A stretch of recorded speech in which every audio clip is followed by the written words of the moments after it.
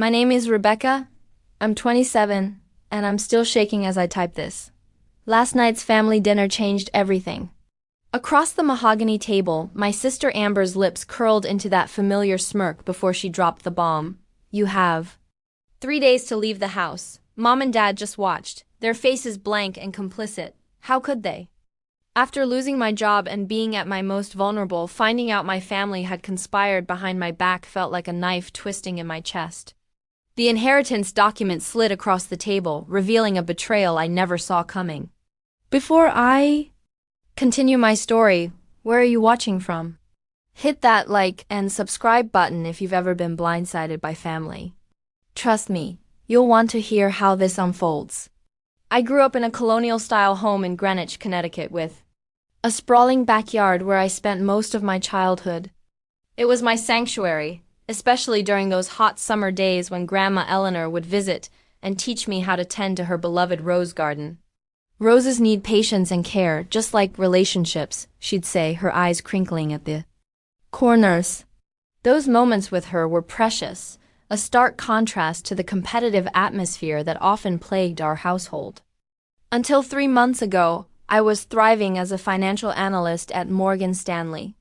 My trajectory was upward, with consistent praise from managers and a potential promotion on the horizon. Then came the corporate restructuring.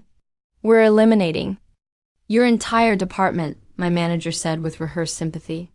Suddenly, after 6 years of building my career, I was unemployed in an economy that wasn't exactly welcoming to job seekers.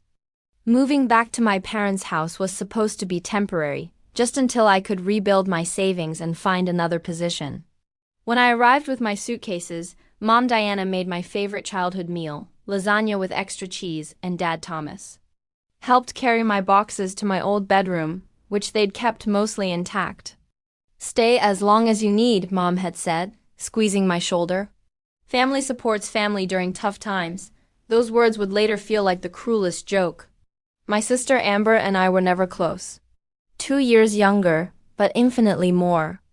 Calculating, she turned everything into a competition from the moment she could talk. When I won first place in the district science fair at 12, she accidentally knocked my trophy off the shelf, shattering it beyond repair. When I got accepted to Cornell, she somehow managed to make my parents' congratulatory dinner about her internship opportunity. It was always subtle, never enough to call her out without seeming petty, but enough to create a constant undercurrent of tension. Amber married Harrison 3 years ago, a merger more than a marriage, as I secretly thought of it. Harrison Chapman came from old money and had expanded the family fortune through real estate development. Their wedding was featured in local society pages, with Amber gleefully sending me clippings even though I'd attended the lavish affair. Isn't it amazing what we've accomplished? She'd say, the we clearly meaning her and Harrison, not including me in any sense. What always hurt most was how my parents subtly favored Amber. They'd deny it vehemently if confronted, but the evidence was there. They attended every single one of her tennis matches but missed my important presentations due to scheduling conflicts. They prominently displayed her wedding photos but tucked my graduate school diploma in the study bookshelf. Small things, perhaps, but they accumulated over the years like tiny paper cuts. Grandmother Eleanor was different. She saw through Amber's manipulations and made a special effort to support me. You have substance, Rebecca, she'd whisper, when no one else was around. Your sister's flash, but you have staying power. When she passed away 2 months ago at 87, I felt like I'd lost my only true ally in the family. The funeral was somber, and even Amber seemed genuinely sad, though. She spent more time networking with wealthy relatives than reflecting on Grandma's life. Looking back, I should have noticed the warning signs earlier. About 2 weeks after moving back in, I caught snippets of hushed phone conversations that abruptly ended when I entered the room. We can't discuss this now, Mom would whisper urgently. Once, I distinctly heard my name mentioned before Dad cleared his throat loudly upon noticing me in the doorway. Mail addressed to me mysteriously disappeared. When I mentioned expecting an important document from my former employer, Mom vaguely suggested that mail gets lost sometimes. Dad started avoiding eye contact during our previously comfortable morning coffee ritual, suddenly very interested in his newspaper whenever I tried to engage him in conversation. Most telling was Amber's increased presence at the house. Normally she visited our parents maybe once a month, making excuses about her busy social calendar. Suddenly she was stopping by 3 or 4 times a week, often when I was out job hunting. Once I returned early and found her mom and dad huddled around papers on the dining room table, which they hurriedly gathered up when they saw me. The day of the fateful dinner, I received a text from Amber. Important family dinner tonight. Be there at 7, formal. The commanding tone was typical Amber, but the important designation set off alarm bells. What family matter could be so significant that it required a formal dinner announcement? Mom spent the day in a flurry of nervous activity preparing Grandma Eleanor's special pot roast recipe, something she only made for significant occasions. When I offered to help, she jumped slightly, as if I'd startled her. No, I've got it under control, she said, her smile not reaching her eyes. Maybe just set the table with the good china. Dad was conspicuously absent most of the day, claiming he needed to run errands, though he returned empty-handed. When he did come back, he retreated to his study, the door firmly closed. I knocked once to ask if everything was okay, and his "everything's fine" sounded strained, unconvincing.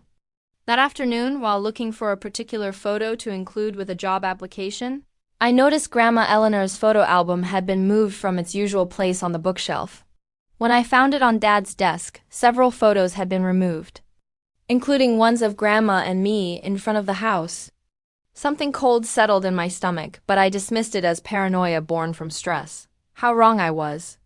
Our dining room has always been a showcase space, rarely used except for holidays and special occasions. That evening it was transformed. With the best linens, the crystal glasses that had belonged to my great-grandmother, and candles that cast long shadows across the table. The formality of it all only heightened my anxiety. This wasn't a casual family dinner. This was a production, a stage set for something significant. Mom had arranged the seating with careful place cards, another unusual touch for a family of just 4. I noticed immediately that my usual spot had been changed, placing me directly across from where Amber would sit with my back to the window, rather than facing it as I preferred. A small power play perhaps, but it set the tone. At exactly 7 p.m., the doorbell rang. Amber arrived with Harrison in tow, though he hadn't been mentioned in the invitation. She wore a designer dress more suited to a business meeting than a family dinner, her hair pulled back in a severe bun that emphasized her sharp features. Harrison looked uncomfortable in his tailored suit, constantly checking his watch as if he had somewhere more important to be.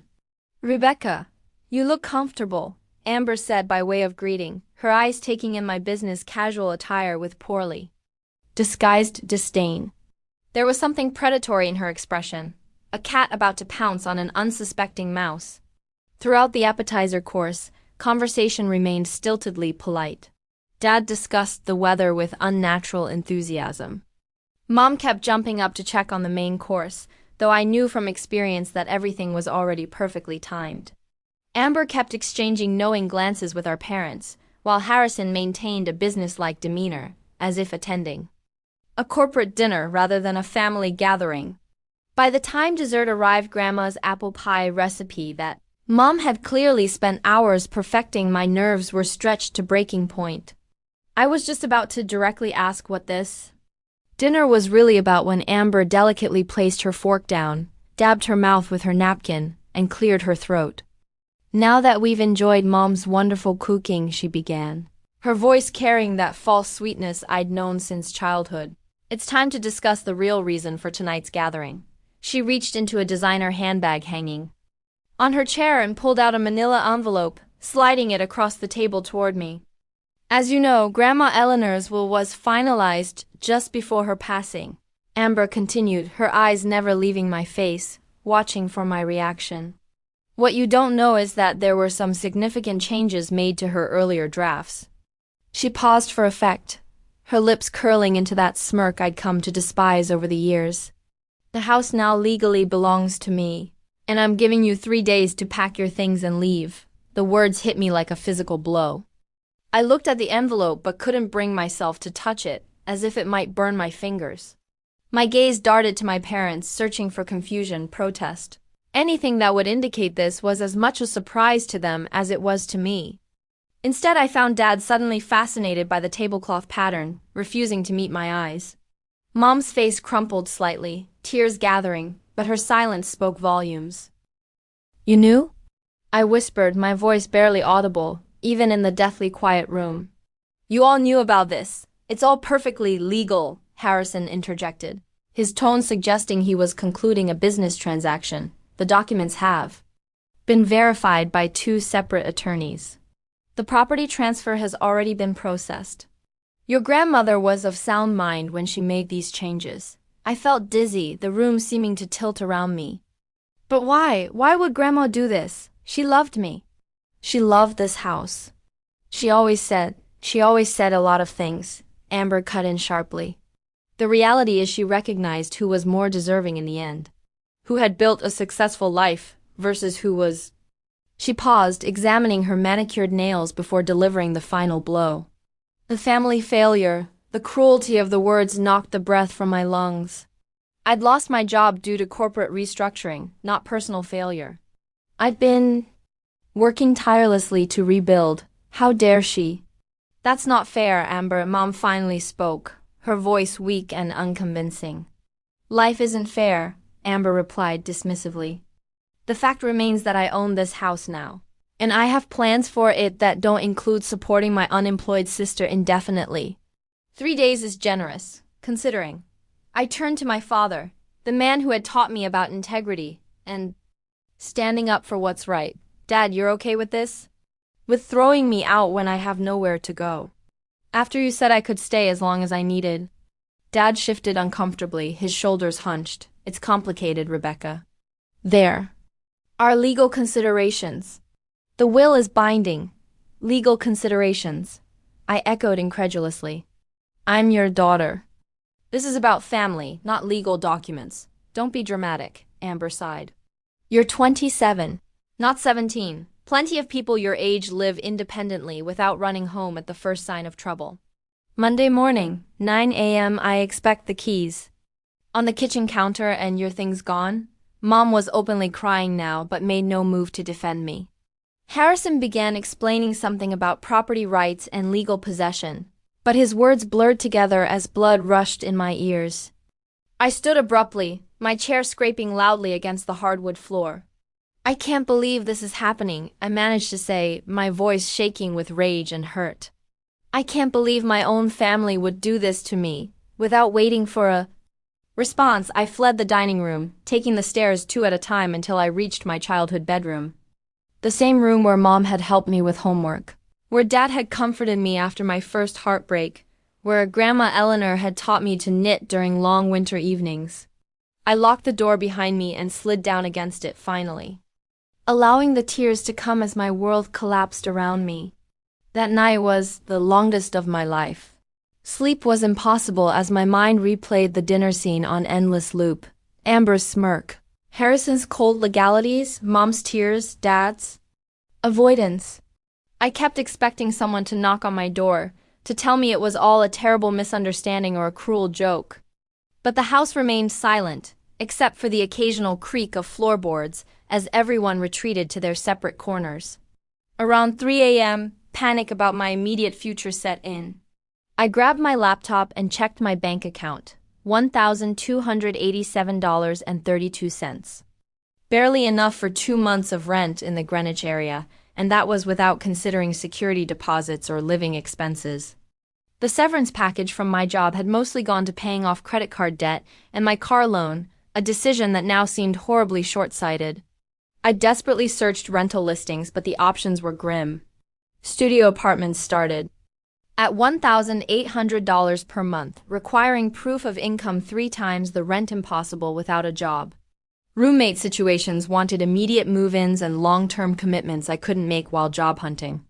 The reality of potential homelessness loomed large in the darkness of my childhood bedroom, now feeling like borrowed space. Frantically, I scrolled through my phone contacts, weighing who I could call at this hour. Most friends had drifted away during my 6 years of workaholic lifestyle at Morgan Stanley. Those who remained were scattered across the country, pursuing their own careers with small apartments and busy lives. Who could I possibly impose on with such short notice? By dawn, my eyes burned from crying and screen glare. The first light filtering through my curtains felt like a countdown timer had started. Day 1 of 3 before eviction from my own family home. I waited until I heard movement downstairs before emerging from my room, having rehearsed what I wanted to say. Mom was alone in the kitchen, mechanically stirring pancake batter, her eyes red-rimmed and puffy. She flinched slightly when she saw me. "How could you let this happen?" I asked without preamble, my voice raw from crying. Mom's hand trembled, batter dripping onto the counter. "We didn't have a choice, Rebecca. There's always a choice," I countered. "You chose Amber again." Dad entered then, already dressed for his Saturday golf game as if nothing world-shattering had occurred the night before. He poured himself coffee, movements deliberately slow. "The will is legally binding," he said, not looking at me directly. "We consulted with our attorney. There's nothing we can do. You could stand up for me." I slammed my palm on the counter, making them both jump. "You could tell Amber that this is wrong. You could help me fight this." "Fight what?" Dad finally met my gaze, his expression hardening. "Your grandmother's final wishes? You want us to go against Eleanor's explicit instructions?" "I don't believe for 1 second that Grandma wanted this," I said. "She loved me. She loved this house. She wouldn't have given it to Amber just to have me thrown out." A flash of something, guilt perhaps, crossed Dad's face before he masked it. "Eleanor changed her will. We were all surprised, but it's done. Why are you both really doing this?" I pressed, noticing how they exchanged glances. "What aren't you telling me?" Mom busied herself, wiping up spilled batter. Dad sipped his coffee. The silence stretched until finally Mom spoke in a near whisper. "Amber and Harrison offered to let us stay in the house until we're ready to downsize if we supported their position." The betrayal hit a new low. "So you sold me out to keep your own living situation secure?" "It's not that simple," Dad protested weakly. "It seems pretty simple to me," I retorted, fighting back fresh tears. "You chose your own comfort over your daughter's welfare." "I lost my job, not my integrity." I left them standing in the kitchen, their breakfast forgotten, and returned to my room to start making desperate calls. My former colleague Nancy answered on the third ring, her voice groggy with sleep. "Rebecca, it's 7:30 on Saturday. Is everything okay?" I swallowed my pride and explained the situation, each word painful to articulate. Nancy's shock was evident. "That's horrible. Of course, you can crash on my couch while you figure things out. It's not much, but it's yours as long as you need it." The relief was palpable, but short-lived. Nancy's one-bedroom apartment in Stamford would be a temporary bandage on a gushing wound. I needed income, a permanent living solution, and answers. Between packing sessions, I fired off job applications to anything remotely related to my field, lowering my salary expectations with each submission. I researched legal aid options, but without money for a retainer, my options were limited. Every path forward seemed blocked by the same obstacle: my sudden, unexpected poverty. Late in the afternoon of that first day, while sorting through old books to determine what I could possibly fit into Nancy's tiny apartment, I came across a drawer of Grandma Eleanor's letters I'd saved over the years. Her elegant handwriting brought fresh pain. This woman who had believed in me so completely couldn't possibly have orchestrated my downfall. As I tenderly reread her words of encouragement from my college years, my phone rang with an unknown number. I almost ignored it, but desperation made me answer. "Is this Rebecca Winters?" An elderly woman's voice inquired. "Yes, speaking. This is Mildred Henshaw, your grandmother Eleanor's friend from the garden club. I've been trying to reach you since the funeral, but your mother said you weren't accepting calls. I'm so glad I finally found her number in Eleanor's old address book. It's nice to hear from you, Mrs. Henshaw," I said, puzzled by her urgency and the misinformation. "I never refused any calls. There's something not right about Eleanor's will," she said without preamble. She told me explicitly just weeks before she passed that she wanted you to have the family home. She was very clear about it. My heart raced. That's what I thought too, but apparently she changed her mind. Or someone changed it for her, Mildred replied ominously. Eleanor's mental state deteriorated rapidly in her final weeks, but even then she spoke of you with such love. I found it shocking when I heard about the terms of the will. Something doesn't add up. For the first time since the dinner, I felt a flicker of hope. Mrs. Henshaw, would you be willing to meet with me tomorrow? I need to understand what happened. Absolutely, dear. Eleanor would want me to help. The truth needs to come out. As I hung up, I clutched one of Grandma's letters to my chest. Perhaps all wasn't lost after all. If there was even a chance that the will had been manipulated, I owed it to Grandma Eleanor and myself to discover the truth. The Bluebird Cafe sat on a quiet corner in downtown Greenwich. Its faded awning and worn wooden tables a stark contrast to the upscale boutiques surrounding it. Mildred Henshaw had suggested it, mentioning that she and Grandma Eleanor had met there weekly for decades. As I pushed open the door, the familiar smell of coffee and cinnamon brought an unexpected lump to my throat. Grandma had often brought me here for hot chocolate after school. Mildred spotted me immediately, waving from a corner table. At 82, she was remarkably spry, her silver hair neatly coiffed, and her outfit coordinated with the precision of someone who had grown up in an era when appearance mattered above all else. Rebecca, dear, she clasped my hands in her cool, papery ones. You look just like Eleanor at your age. That same determination in your eyes. We ordered coffee, and Mildred wasted no time getting to the heart of the matter. 2 months before Eleanor passed, we met right at this table, she began, stirring her coffee methodically. She was excited because she had just updated her will. She told me specifically that she was leaving the house to you because, and I quote, Rebecca is the only one who truly loves that house for what it is, not what it's worth. My eyes stung with tears. That sounded exactly like Grandma. She mentioned that Amber would receive her investment portfolio, which was substantial, Mildred continued. Eleanor believed in balanced inheritances, but felt strongly that the house should go to you. Then what happened? I asked, leaning forward. Lawrence Phillips had been Eleanor's attorney for 30 years. But suddenly there was a new lawyer, Bradford something or other, very slick, very persuasive.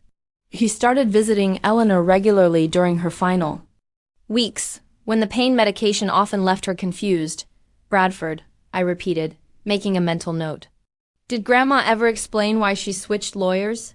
Mildred's expression darkened. That's what troubled me most. When I asked, Eleanor seemed confused by the question, as if she didn't remember making that decision. I tried to raise concerns with your parents, but they assured me everything was being handled properly. She paused. I should have pushed harder, but I didn't want to seem like a meddling old woman. You're helping me now, I reassured her. Do you remember Bradford's last name? Thornton, she said after a moment's thought. Bradford Thornton. Very expensive suit. Luxury. Car. Not at all like Lawrence, who drove the same Volvo for 20 years, armed with this name and Mildred's promise to provide a sworn statement if needed. I headed to the local library to use their computers, not wanting to risk researching on the family devices at home. Bradford Thornton's website was sleek and impressive, specializing in estate planning for high-net-worth individuals. What caught my eye was a client testimonial from someone named Chapman. With trembling fingers, I searched Bradford Thornton, Harrison Chapman, and felt sick when the results loaded. There it was in black and white, a Business Journal article from 3 years ago, featuring Harrison accepting an award with Bradford Thornton described as Chapman's longtime legal advisor and friend. The connection was undeniable. I dug deeper, searching public records and social media. Buried in a year-old Instagram post was a photo of Amber, Harrison, and Bradford on a yacht tagged #business and pleasure. The date corresponded with the period when Grandma Eleanor had been hospitalized for her final decline. Back at the house, I waited until my parents left for their weekly bridge game before slipping into Dad's study. His computer was password protected, but he'd used the same one my mother's birthday for as long as I could remember. Within minutes, I was scrolling through his email. What I found made my blood run cold. Emails between Dad, Amber, and Bradford dating back 3 months, discussing the revised estate plan and how to manage Rebecca's expectations. One particularly damning message from Amber read, "Once everything is transferred, we'll honor our agreement about your continued residence. Just make sure Rebecca doesn't suspect anything until it's finalized." I downloaded the emails to a flash drive with shaking hands, feeling physically ill. The depth of the conspiracy was staggering, but worse was yet to come. In a folder labeled Eleanor Medical, I found scanned copies of Grandma's medical records from her final weeks. The attending physician had noted, patient often disoriented and confused due to pain medication. Questionable capacity for major decisions. Yet the new will had been signed during exactly this period. Even more disturbing was a financial statement I found buried in Dad's records. Harrison and Amber's company was deeply in debt, with multiple properties in foreclosure. They were on the verge of bankruptcy unless they could secure a significant asset like our family home to use as collateral for emergency loans. Everything suddenly made horrifying sense. Amber hadn't wanted the house out of sentiment or even spite. She needed it to save her and Harrison's failing business empire. And my parents had colluded in this scheme to secure their own future living arrangements. I was still sitting in Dad's study, surrounded by the evidence of their betrayal, when they returned home earlier than expected. Mom's face drained of color when she saw the computer screen and the papers spread across the desk. "Rebecca, what are you doing?" Dad demanded, his voice rising. "Those are private documents." "Private conspiracy documents, you mean?" I replied, my voice eerily calm despite the rage and hurt boiling inside me. "I know everything. About Bradford Thornton being Harrison's attorney. About Grandma being drugged and confused when she supposedly changed her will. About Amber and Harrison being nearly bankrupt." Mom collapsed into a chair, burying her face in her hands. Dad's expression shifted from anger to resignation. "You don't understand the complexity of the situation," he said weakly. "Then, explain it to me," I challenged. "Explain why you helped rob your own mother of her agency and me of my inheritance." "Harrison approached us first," Dad admitted after a long silence. "He showed us their financial statements. They were going to lose everything. Amber was facing humiliation, possibly even legal trouble for some of their business practices. So you decided to sacrifice me instead?" I said flatly, "We made the best decision we could for the whole family," Dad insisted. "Amber and Harrison needed the house more than you did. They're married, planning for children. You're single with a promising career, had a promising career," I corrected bitterly. "Which you knew I'd lost when you agreed to this scheme." "We didn't know initially," Mom interjected, her voice small. "By the time you lost your job, things were already in motion. And you didn't think to stop them? To stand up for me when I was at my most vulnerable?" The silence that followed was answer enough. They had known everything and chosen Amber. Anyway, the favorite child won again, this time taking everything that mattered. "They offered us security," Dad finally said. "A legal agreement that we could stay in the house until we're ready to move to a retirement community. At our age, with my pension being what it is, we couldn't afford to buy another home in this area. So, you sold me out for a place to live." I summarized, the betrayal cutting deeper with each revelation. "Did you even consider what would happen to me?" "Amber assured us she'd help you find a new place," Mom offered lamely. I laughed bitterly. "And you believed her, after knowing her your entire lives?" The crushing weight of their betrayal hit me all at once. My own parents had conspired against me, prioritizing Amber's needs and their own comfort over my welfare. The family I thought I could rely on had methodically planned my displacement, while smiling to my face and offering false reassurances. I stood on shaky legs, gathering the evidence I'd collected. "I'm going to fight this," I said with more confidence than I felt. "Not just for me, but for Grandma Eleanor. What you've done isn't just wrong. It's potentially illegal." "Rebecca, please." Mom reached for me, tears streaming down her face. "We're still family. We can work this out. I stepped back from her touch. Family doesn't do what you've done. Not to someone they love. As I walked away, I felt something break inside me, the last vestiges of my childhood belief in the sanctity of family bonds. The pain was excruciating, like a physical wound that wouldn't stop bleeding. I barely made it to my room before the panic attack hit, dropping to my knees as the walls seemed to close in. Between gasping breaths, I questioned everything, my childhood memories, my place in the family, my identity as a daughter and sister. If my family could betray me so completely, what did that say about me? About the relationships I'd trusted? My entire life? The foundations of my world weren't just shaken. They were revealed to be elaborate facades hiding ugly truths. As the panic slowly subsided, leaving me hollow and exhausted, a strange clarity emerged through the emotional fog. I had less than 48 hours before Amber's deadline. I could either collapse under the weight of this betrayal or use it as fuel to fight back. For the first time in my life, no one was coming to save me. If justice was going to be served, I would have to be the one to demand it. Day 2 of Amber's ultimatum dawned gray and drizzly, matching my emotional state perfectly. After a night of fitful sleep punctuated by anxiety dreams, I forced myself to start the practical process of packing a tacit admission that despite my determination to fight, I might still end up homeless in 24 hours. My childhood bedroom was a time capsule of sorts.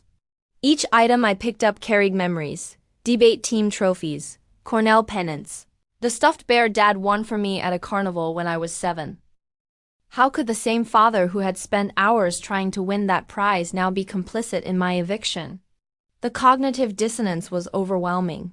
I found myself moving in slow motion, unable to decide what was essential and what could be left behind. How do you condense a lifetime into a few suitcases? Nancy's apartment was tiny, with barely enough room for a temporary sleeping arrangement on her couch, let alone storage for my possessions. Around noon, I realized I hadn't eaten since coffee with Mildred. The thought of food made my stomach turn, but I knew I needed strength for what lay ahead.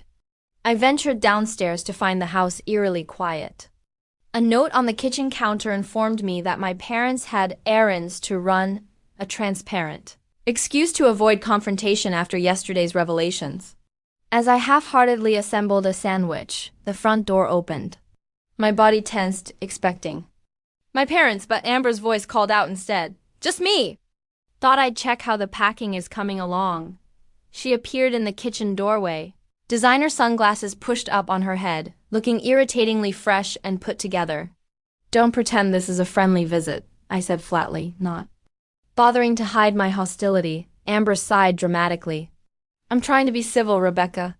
This doesn't have to be ugly. You're throwing me out of my home during the worst period of my life after manipulating our dying grandmother.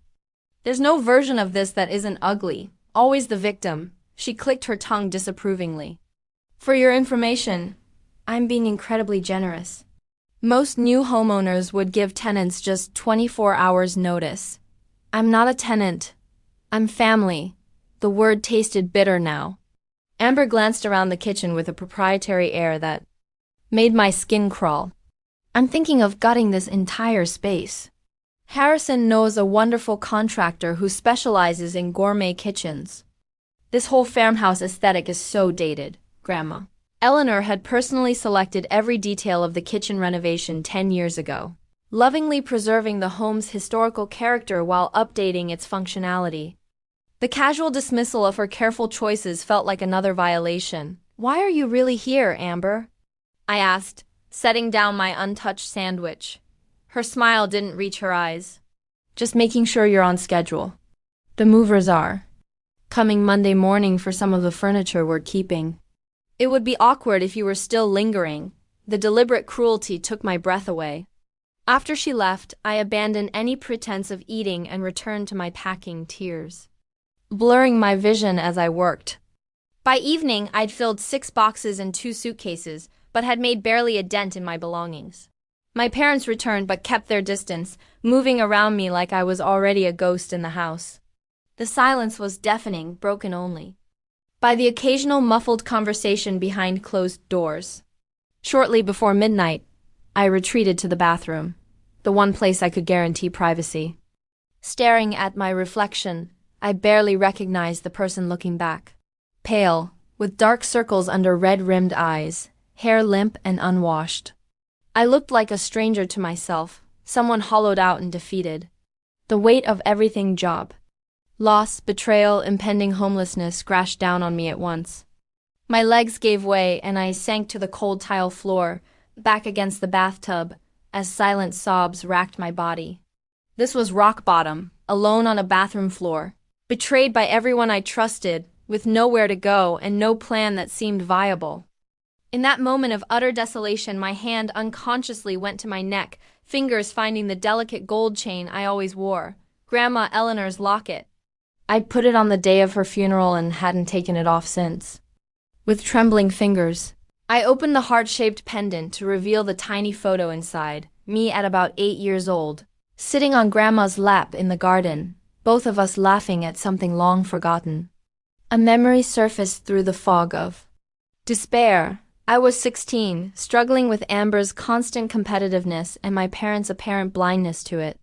Sitting in the garden with Grandma Eleanor, I tearfully asked why Amber seemed to hate me so much. Some people, Grandma had said thoughtfully, are so afraid of not having enough that they can never be satisfied, even when their cup overflows. Your sister fears scarcity of attention, of validation, of security. But you, Rebecca, you understand abundance.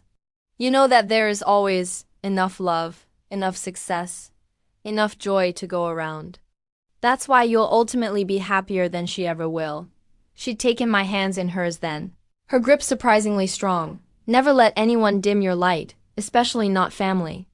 The world is full of people who will try to convince you that you're less than you are. Stand your ground. Truth always finds a way to the surface, like water. All it needs is one persistent path. I closed the locket, pressing it against my heart as Grandma's words resonated anew. I'd been so caught up in the shock and pain of betrayal that I nearly surrendered to despair. But that wasn't who I was.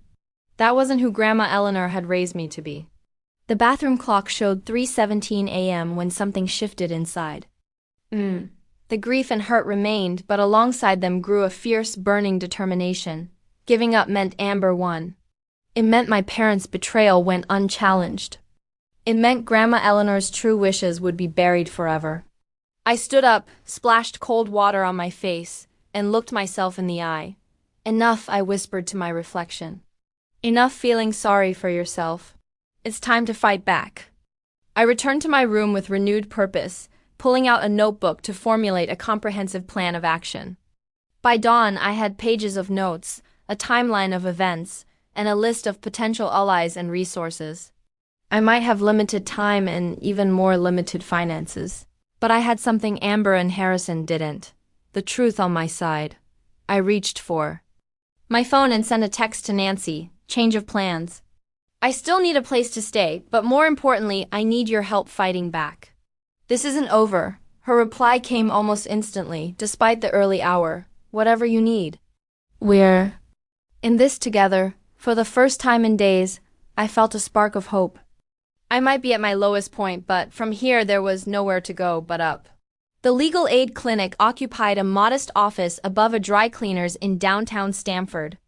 The waiting room was crowded despite the early hour, filled with people whose tense expressions mirrored my own internal state. I'd spent what felt like my last reserves of energy researching legal options through the night. And this free consultation was my only hope of professional guidance without money for a retainer. After an hour's wait, I was ushered into a small office where Monica Rodriguez introduced herself as a staff attorney specializing in elder law and estate disputes. In her mid-40s, with practical, no-nonsense glasses and a demeanor to match, she listened without interruption as I laid out the situation, presenting the evidence I'd gathered. "This is deeply concerning," she said when I finished examining the medical records and email printouts. "If what you're describing is accurate, we're looking at potential undue influence, questionable testamentary capacity, and possibly even elder abuse. Can you help me fight this?" I asked, trying to keep the desperation from my voice. "The clinic can't represent you in a contested will case. We don't have the resources," she explained, making my heart sink. But, she continued, I believe you have a strong enough case to interest a private attorney on contingency. If you win, they get paid from the estate. She drafted a letter formally contesting the will and advised me to deliver it to all parties immediately, which would legally prevent any property transfers until the matter was resolved. She also helped me prepare for gathering additional evidence, emphasizing the importance of Mildred's testimony and any other witnesses to Grandma Eleanor's true intentions. One more thing, Monica said as I was leaving. Document everything from this point forward. Every conversation, every text message. You're dealing with people who have already shown they'll manipulate the truth, armed with Monica's advice. And the formal contest letter, I spent the day building my case. I contacted Lawrence Phillips, Grandma's original attorney, who expressed shock at being replaced in Eleanor's final weeks. I'd worked with your grandmother for decades. He said she never gave me any indication she wanted to change her will in that manner. In fact, quite the opposite. Mildred Henshaw connected me with 3 other members of the garden club who all confirmed hearing Eleanor express her intention to leave the house to me. One even had a birthday card from Grandma mentioning her. Excitement about ensuring Rebecca always has a home in the house she loves so much by Sunday evening, the final day of Amber's ultimatum. I had assembled a compelling collection of evidence suggesting the revised will did not reflect Grandma Eleanor's true wishes and may have been executed when she lacked capacity to make such decisions. I arrived back at the house to find my parents' car gone, but Amber's parked in the driveway. Perfect. It was time for the confrontation I'd been preparing for. I found Amber and Harrison in the living room, casually discussing paint colors as if the house were already theirs to renovate. They looked up in surprise when I entered. We expected you to be finishing your packing, Amber said, frowning at my empty hands. Change of plans, I replied calmly. I've called a family meeting. Mom and Dad should be home soon. We don't have time for this, Harrison started. But I cut him off. Make time. Unless you'd prefer I take this evidence directly to the district attorney instead of giving you a chance to explain. That got their attention. Amber's face paled slightly, and Harrison's jaw tightened. 20 minutes later, my parents arrived home to find us sitting in tense silence in the living room. What's going on? Dad asked, noticing the unusual tableau. Rebecca has apparently called a family meeting, Amber said with forced lightness. Though I don't see the point when everything's already decided, is it? I stood, retrieving my folder of evidence from my bag. Let's talk about how those decisions were made. Shall we? Over the next hour, I methodically presented everything I'd discovered. Bradford Thornton's connection to Harrison, Grandma's medical records showing her diminished capacity, the emails revealing the conspiracy, the financial documents exposing Amber and Harrison's desperate situation, and the testimonies from multiple witnesses about Grandma's true intentions. This is nothing but circumstantial evidence, Harrison blustered. But his legal bravado was undermined by the sweat beading on his forehead. Tell that to the judge, I replied. I formally contested the will. No property transfers can occur until this is resolved in court. Amber's composure finally cracked. You have no idea what you're doing. We need this house. Without it, everything we've built will collapse.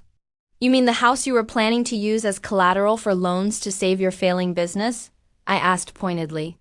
The business that's drowning in debt because of your risky investments? Harrison shot Amber a warning look, but she was too far gone. It's not fair, she exploded. You always had everything handed to you. The grades, the scholarships, Grandma's approval. I worked twice as hard for half the recognition. This house should be mine. So you manipulated a dying woman to get what you wanted, I said quietly. You took advantage of Grandma when she was at her most vulnerable. She was confused anyway, Amber retorted defensively. She barely recognized any of us near the end. What difference does it make who got the house? At least we needed it for something important, not just because we couldn't hold down a job. The cruelty of her words hung in the air. Mom gasped softly, and even Harrison looked uncomfortable with the naked resentment Amber was displaying. Is that what you told yourselves to justify elder abuse? I asked. That it didn't matter because she was dying anyway. It wasn't abuse, Amber insisted, but her voice wavered. Bradford just helped her understand what made the most sense. For everyone, I reached into my pocket and pulled out my final piece of evidence, a small digital recorder.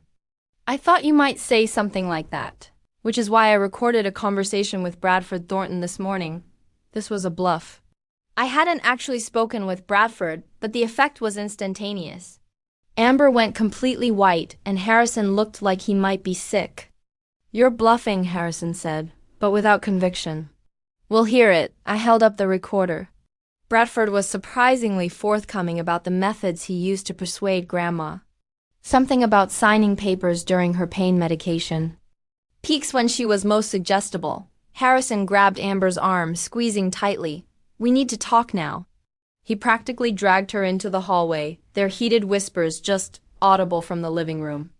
My parents sat in stunned silence, the full reality of the situation seemingly hitting them for the first time. Did Bradford really admit to that? Dad finally asked. Does it matter? I countered. We all know what happened. The only question is whether you're going to continue supporting this fraud or stand up for what's right. Before they could answer, Amber and Harrison returned. Harrison looked resigned, but Amber was seething. Fine, she spat. Contest the will. Drag us all through a public legal battle. Expose family business to everyone. Is that what you want? I want justice for Grandma Eleanor, I said simply. And I want the truth acknowledged. The truth is that we're broke, Amber shouted, tears of frustration in her eyes. Harrison's last 3 developments failed. We've been living on credit for months. Without this house to secure emergency financing, we'll lose everything. Harrison winced at this public admission of their financial distress. What my wife means, he interjected, attempting damage control, is that we're in a temporary cash flow situation. Stop lying, Harrison. Amber interrupted, collapsing onto the sofa. It's over. We're finished. The fight seemed to drain out of her suddenly, replaced by a defeated resignation I'd never seen in my always perfect sister before. It wasn't supposed to happen this way, she said quietly. Bradford promised no one would question the will. That it would be simple. Nothing about manipulating a dying woman is simple, I replied, but without the anger that had fueled me earlier. Seeing Amber's genuine distress gave me no satisfaction. What happens now? Mom asked, looking between us with tear-filled eyes. That depends, I said. Are you all willing to admit what really happened and make this right? Or do we let a judge decide? The silence that followed was heavy with the weight of years of family dynamics, buried resentments, and difficult truths finally coming to light. We stood at a crossroads, and the path we chose would forever define us as individuals and as a family. The weeks following the confrontation passed in a blur of legal meetings, emotional processing, and practical adjustments. The immediate aftermath had been messy. Amber storming out in tears, Harrison making vague threats about counter-litigation, my parents oscillating between guilt and defensiveness. But by morning, reality had set in for everyone. Bradford Thornton, when faced with potential ethics charges that could end his career, quickly crumbled.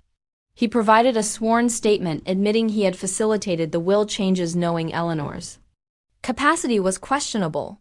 He also confirmed the connection to Harrison and the plan to use the house as loan collateral. The legal process to invalidate the fraudulent will begin immediately.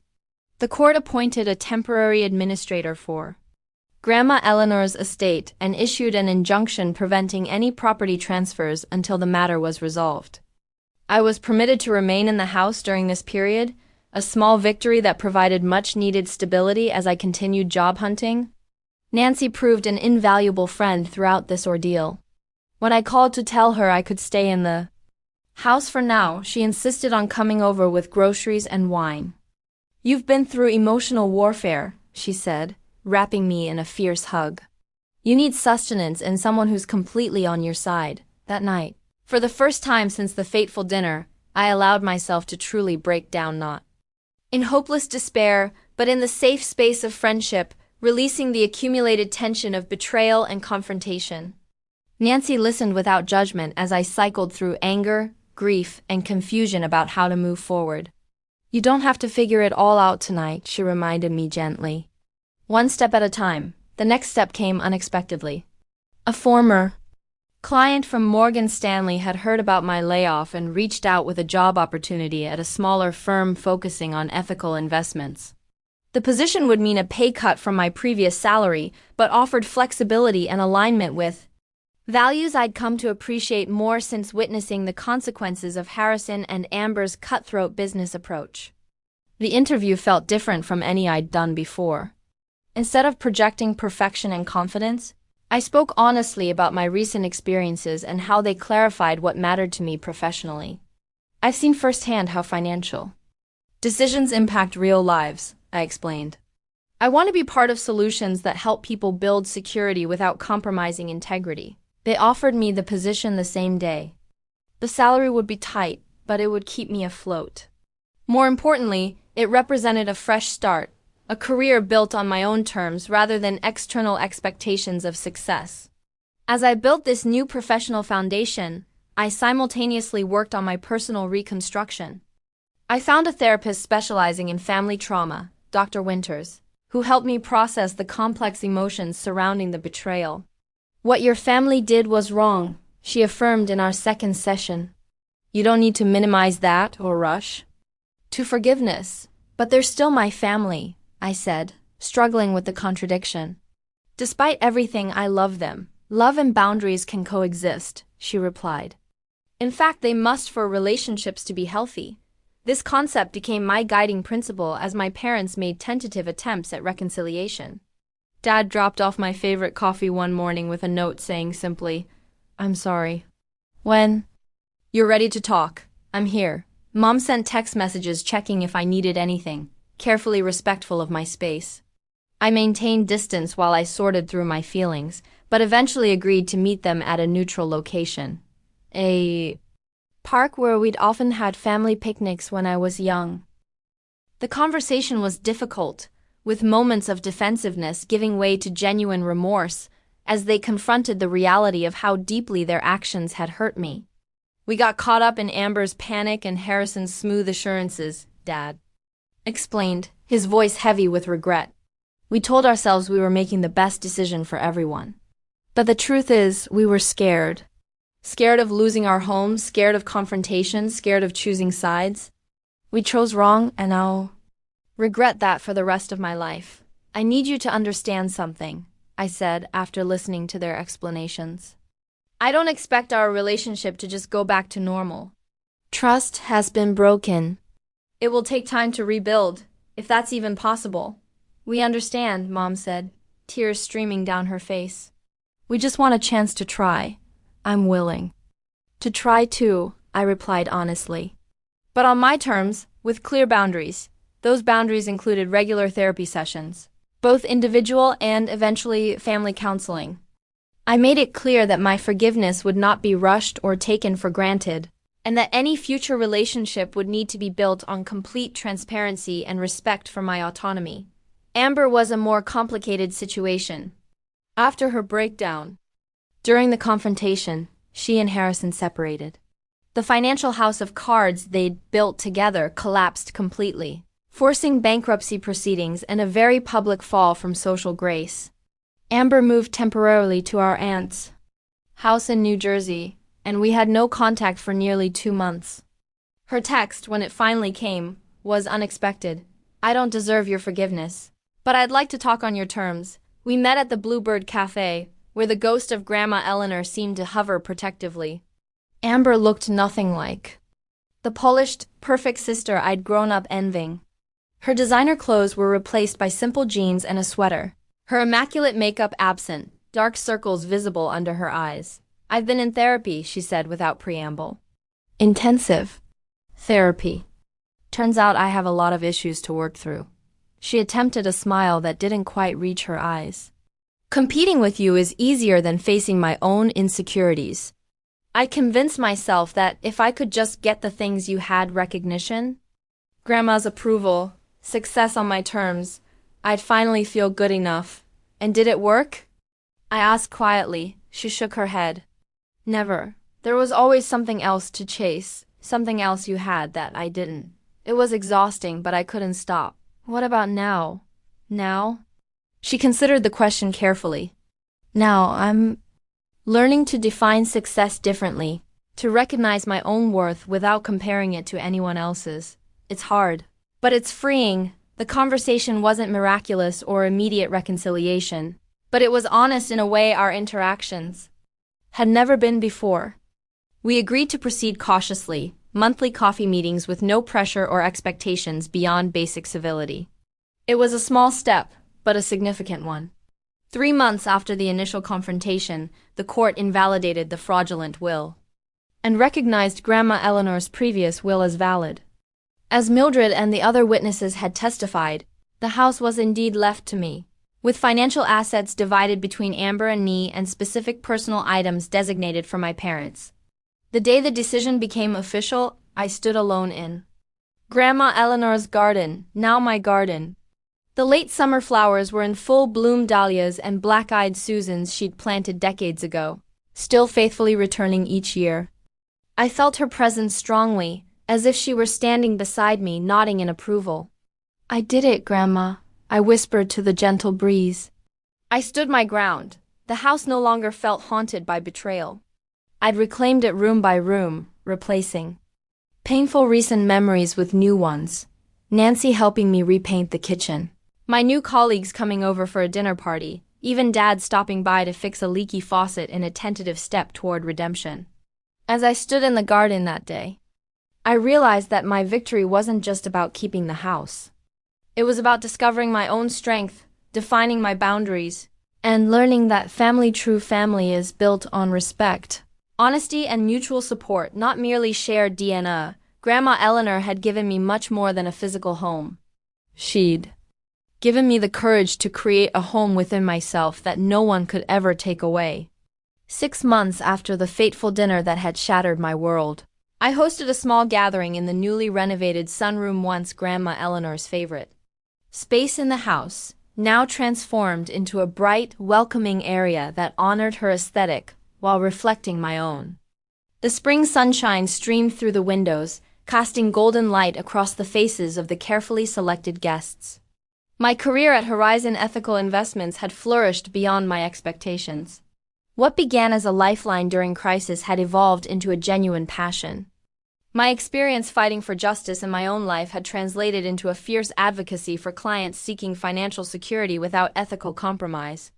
Last month, I'd been promoted to senior advisor with my own team, actually exceeding my former Morgan Stanley salary through performance bonuses. The house, once a battlefield, had become truly mine in every sense. I'd kept the historical character Grandma Eleanor had so lovingly preserved while updating spaces to reflect my personality. The formal dining room where Amber had delivered her cruel ultimatum was now a home office, its negative energy completely transformed. Each change, whether structural or decorative, felt like reclaiming another piece of myself. Amber and Harrison's divorce had been finalized 3 months earlier. Harrison had relocated to Chicago to work for his father's company, a significant step down from his former entrepreneurial status, but necessary given his tarnished reputation in Connecticut financial circles. Amber had surprised everyone by training to become a paralegal, working now for a nonprofit legal aid organization similar to the one that had helped me. Our relationship remained complicated, but was slowly healing. Our monthly coffee meetings had gradually evolved into more meaningful conversations, with moments of genuine connection breaking through the scar tissue of our painful history. She wasn't at today's gathering. We weren't quite there yet, but the fact that I could imagine a future event including her seemed like progress. My parents were present, though. Our reconciliation had been slow and deliberate, with professional guidance from our family therapist. They had to earn back my trust through consistent actions rather than mere apologies. Dad had been particularly dedicated to making amends, helping with house projects, and respecting my boundaries without question. Mom had found it harder to relinquish her enabling behaviors, but was genuinely trying. Today, they moved somewhat cautiously through the space, clearly grateful to be included. Nancy was there too, now my closest friend rather than merely, former colleague. She'd been my rock throughout the entire ordeal, offering both practical support and emotional ballast when I needed it most. Mildred Henshaw held court in a comfortable armchair, regaling anyone who would listen with stories about Grandma. Eleanor's adventures in the garden club.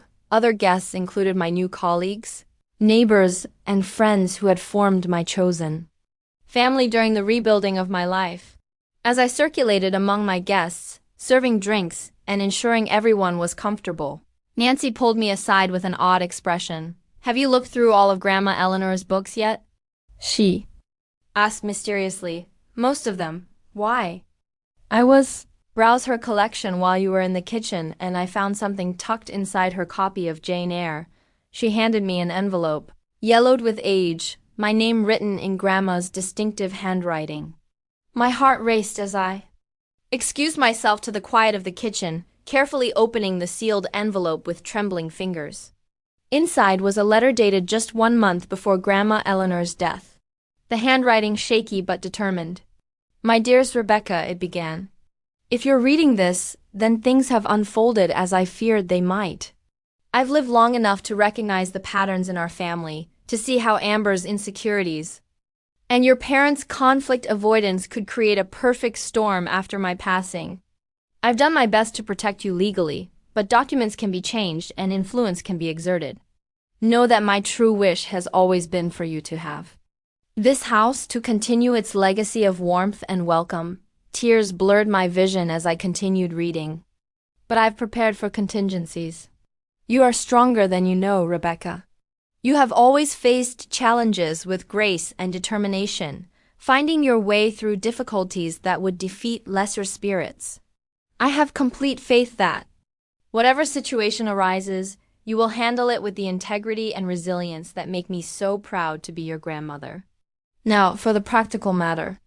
I've established a separate account in your name at Greenwich National Bank. It contains sufficient funds to secure your future, whether that means fighting for this house or building a new home elsewhere.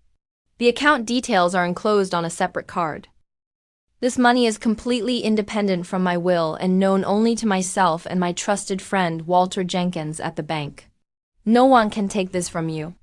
Remember, my darling girl, that home is not merely a physical structure, but a feeling you carry within.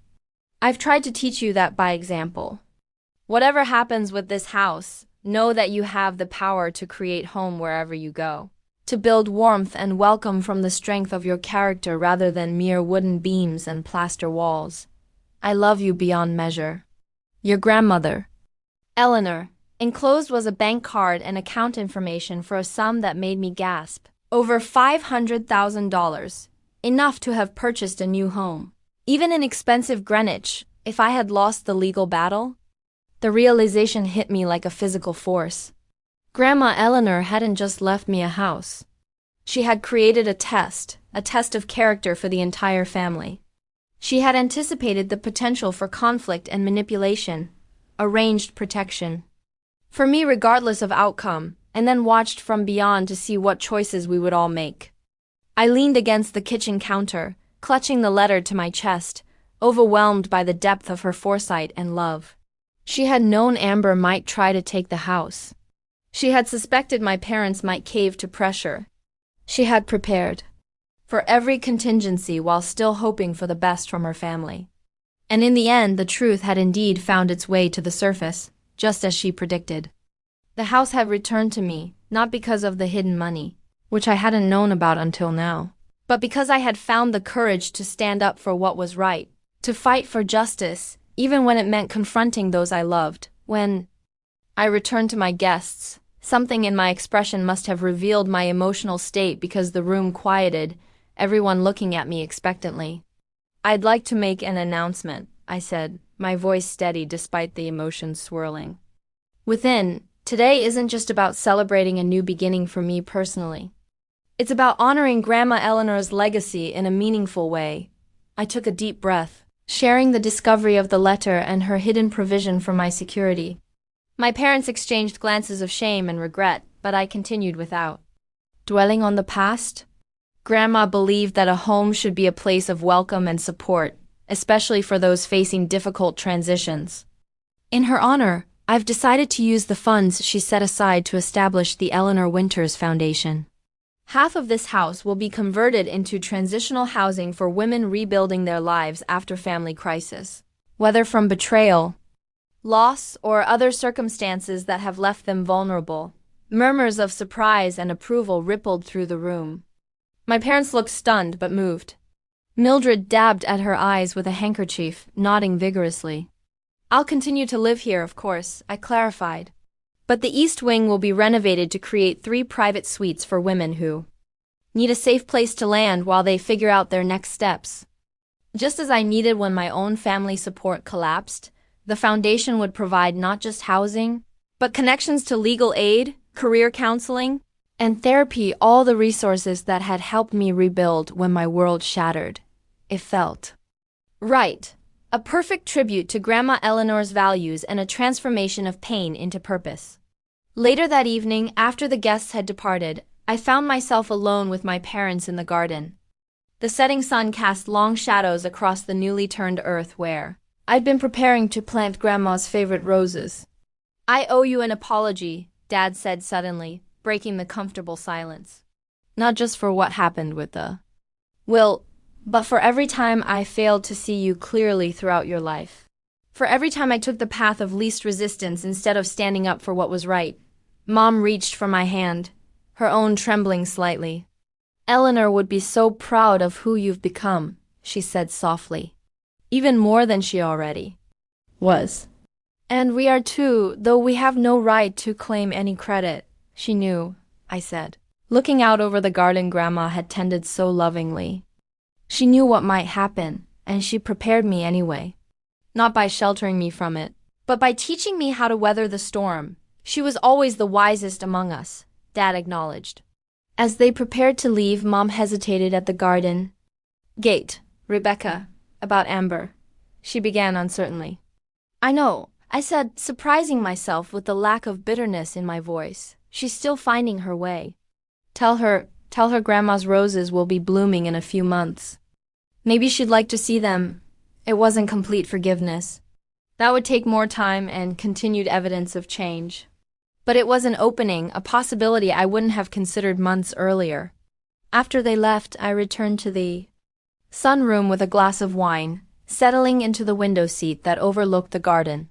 The letter from Grandma Eleanor lay open beside me, her final gift, not just financial security, but the wisdom to understand what truly matters. My phone chimed with a text from Nancy. You absolutely rocked that announcement today. Eleanor Winters Foundation. Your grandma is doing cartwheels in heaven. I smiled, feeling Grandma's presence strongly in that moment. The house around me no longer echoed with betrayal and pain. Instead, it hummed with possibility, with the promise of becoming not just my sanctuary, but a place of healing for others facing their own crossroads. The final piece had fallen into place.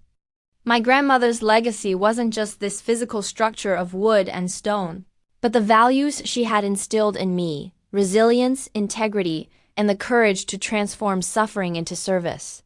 In fighting for this house, I had discovered something far more valuable: the unshakable home I had built within myself, one that no one could ever take away. What would you do if your family betrayed you like mine did? Would you fight back or walk away? Share your thoughts in the comments below, and don't forget to like, subscribe, and share this video if my story resonated with you. Remember, sometimes the family we choose is more important than the family we're born into. Thank you for joining me on this journey, and I hope my experience helps anyone facing their own family battles to find the strength to stand up for themselves.